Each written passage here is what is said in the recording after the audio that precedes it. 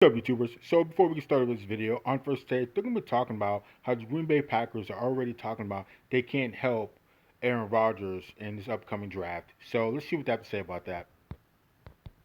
We know who they are.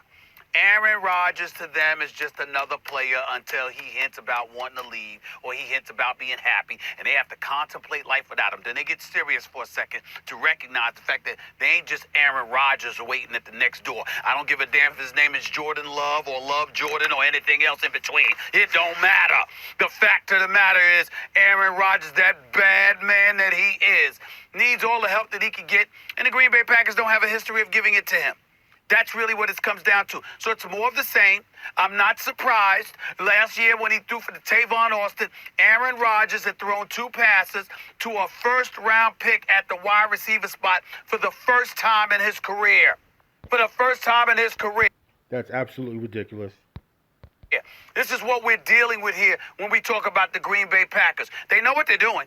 They know what they're doing to stay competitive. They know what they're doing to stay relevant. They know what they're doing to field a competitive team and to go out there and to say, we got a chance. But when it comes to doing what it takes to get over the hump and really going for it and delivering the goods, similar to what Tampa Bay did last year, that's not in Green Bay's DNA. And they don't give a damn if Aaron Rodgers suffered because their attitude is shut up and play. That's how they treat him. That's how they've been treating him. And it's a damn shame. But I'm not surprised.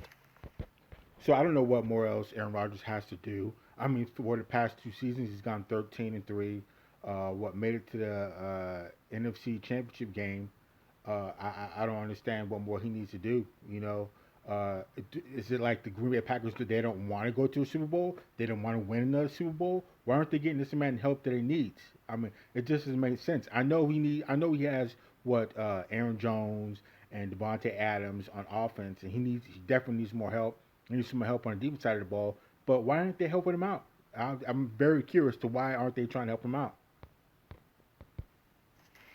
Well, I mean, first of all, they can't afford free agents right now. They're in a cat mess. So, and they're going to have to restructure guys and do all kinds of stuff to bring in a free agent. The question is the question is the draft. You know, and in the previous draft, look, for Jordan Love to be able, for them to be able to justify drafting Jordan Love when they were a 13-win team who'd beaten Seattle in the playoffs, right? They had a playoff win, 13 wins. By the way, Mike McCarthy wasn't it. Aaron Rodgers got LaFleur as his new coach, 13 wins that year as Rodgers is figuring it out, you know?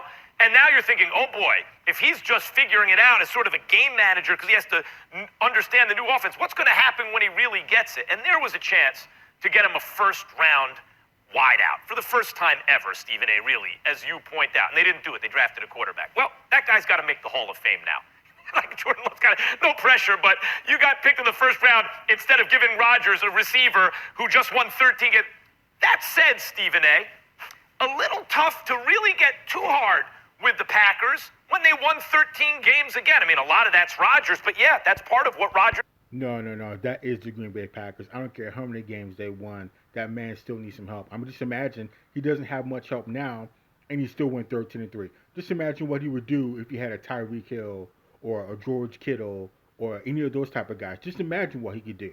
It just doesn't make any sense. It's like self-sabotaging themselves for, I don't know why. I don't know. I keep thinking of the movie Major League when, you know, the team owners want to sabotage the team. It just doesn't make any sense. You have this great quarterback who's balling back-to-back years, and you don't want to get him any help. It's blatantly now don't want to get him any help. Allows you to do. It allows you to save over here and over there and have a more well-rounded team because Rodgers can cover up for some of the deficiencies on offense and even make you really good on offense without the same stuff other people need. And so they win 13 games again, and this time they're in the NFC Championship game. And with the game on the line, a couple times, Rodgers didn't come through.